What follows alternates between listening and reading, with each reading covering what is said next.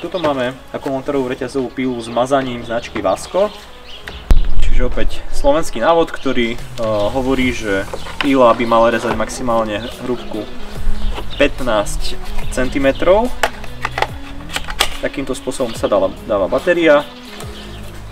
Tu máme teda automatické mazanie. A tu máme dvakrát skrutku pre uťahovanie reťaze. Dokonca pila má aj zuby. A tu je indikátor nabitia batérie. Teraz máme 3 zo 4. Poďme si pozrieť obsah balenia. Čiže ako som spomínal, máme tu 2x 4 Ah batériu, základná nabíjačka a prístupný stroj.